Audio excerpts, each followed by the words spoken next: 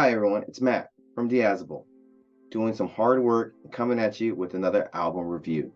And today's album review, oh man, I can just say I've never been so confused and then wowed at the same time in terms of like an album or some music that I've listened to recently.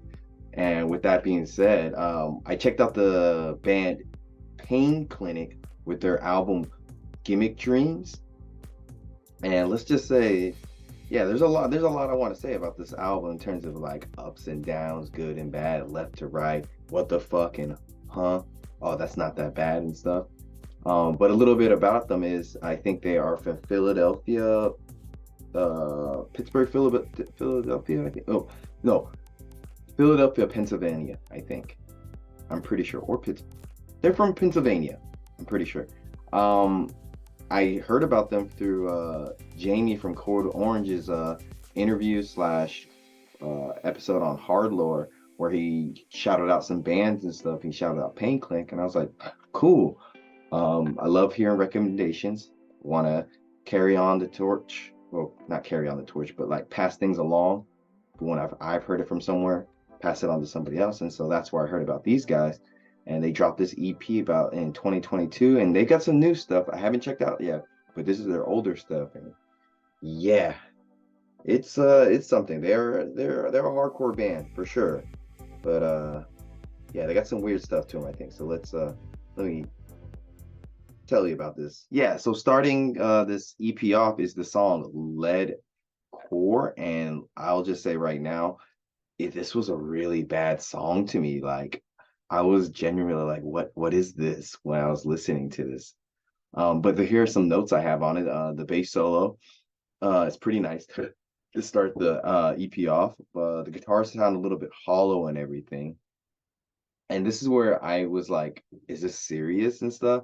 And I don't want to be mean to the band or anything because everyone putting out their work, they put out hard work, but I really thought this was like a joke and like maybe this wasn't a serious band. Like I was just really thrown off by those vocals. Um, he sounds like he's really distracted and just not he's distracted, but I was distracted from the song because his vocals were just so very one of the few times when I want to say bad. Yeah. And I just want to show you guys what I heard when I played the song.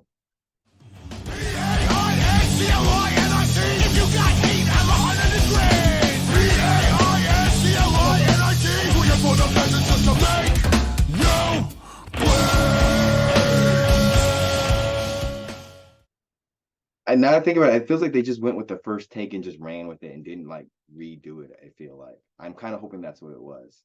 But I will say it only gets better from here, fortunately. So the toughest part is out the way.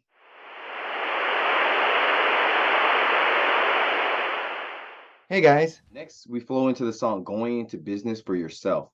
Guitar sound more tapped in and tighter than the intro song that they were trying to make. Drum sounds simple, like they're not doing too much, like no, not crazy stuff from like in terms of pattern and rhythm and everything, but it's simple and good for hardcore. It makes sense.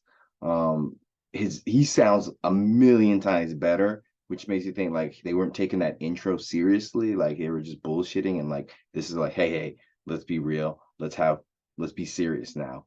What was it? There's like a mid bass solo part in the song, which wasn't that bad and everything.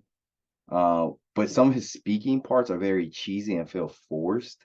When he's like just singing and stuff and trying to be hard, he sounds better than when every time he's trying to like speak. Um, as the song progresses, I do love the drums more and more. They have a more of a punchy sound to them. There's a nice like mosh breakdown too in this song. Production sounds a little weird at the tail end of the song though, but overall it's a lot better than that first intro song. Then we jump into the third song, which is called Scars, and just from the start, it just sounds like a beast of a song. Like it's like night and day compared to that opening track. And this is where I was saying like it gets better and better with as the album progresses. The drumming sounds much tighter here and more dynamic. Guitar chugs are heavy and tight. He sounds like he's not playing around anymore. Lyrics are good, and there's a slow and catchy heart like breakdown. And just like the fucking drumming is so good on this song. Like it makes me want to take back everything I said bad about like the previous songs, because I'm like, whoa, they really like they're stepping up their game. Last track on this EP called Pain Clinic is literally the best song on this EP, like hands down. The guitars, they're very straightforward and chuggy and intense. Again, solid drumming, crisp, clean sound. There's a nice long breakdown in the song, and there's a good solid ass two-step too. And then the mixing on the vocals, whoa, like seriously, they were just like, we're not fucking around anymore. The kick drum sounds really great. But on a like technical, like musical stance compared to like the other songs, this is like the most well-written song, and it's just like kind of catchy and everything. And so I want to play like what Pain Clinic is really about, their true potential compared to that opening song they had.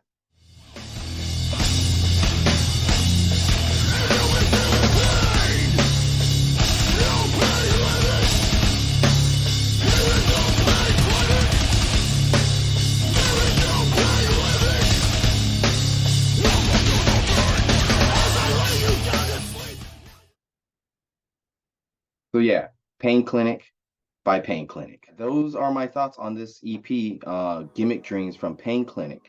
And like I said earlier, I went from being like, what the fuck is this album, to like, oh, these guys are like really, really like good. They know what they're doing. So I can't tell if this was supposed to be a joke band or a serious band, but I think it's the latter, where these guys are actually serious. And that first couple of songs just honestly was just straight up not great songs. And I think they are like, maybe they've already played in bands before and they were still trying to feel things around, but they were able to save themselves by the end of the EP for sure, with the crisp guitar sound and the sick ass drumming, and the vocalist, when he like his vocals were actually like less comical and more like serious, they sounded really good. So I'm very split between this EP, because like the first half is not that great, but the second half is really, really good. So it's a weird balancing act. And one thing that I think that's consistent kind of throughout is the production is kind of okay throughout the most part. Yeah, even on the bad parts of the EP, it still kind of sounds all right. So I think that does help a lot in terms of the overall experience. But I will say it's an experience that you have to fully grow through and really appreciate. And I'm excited to check out their new summer release they put out this year in 2023. Hopefully I can put something up and see like where they've gone, because I was very thrown back by how I first heard this EP and everything, and was really surprised when, you know, Jamie from Code Orange threw this out as a suggestion. But they're friends and everything, so of course you're going to support your friends no matter what, I guess. But and maybe Jamie's more inclined with the second half of the songs, because those first two songs, I was like, whoa. And in Pain Clinic, if you guys are seeing this, this is no shade towards y'all or anything. This is just my, as a reviewer's view, and trying to be a part of the culture and help out, whether you guys want my help or not. But I'm just trying to be cool about this. But yeah, check out Pain Clinic, links down below. Oh, and before I get I want to say that this album is a solid 6.5 out of 10. I'm very satisfied with that. I think everyone can kind of feel that. But yeah, links down below, check them out. Yeah, and thanks for stopping by. I'm Matt from Diazable. Hopefully you like what I liked. I think I'm leaving some other videos down here if you made it to the end of this, so check it out if you can. I appreciate that. And yeah, send me some recommendations, guys. I would love it. Laters.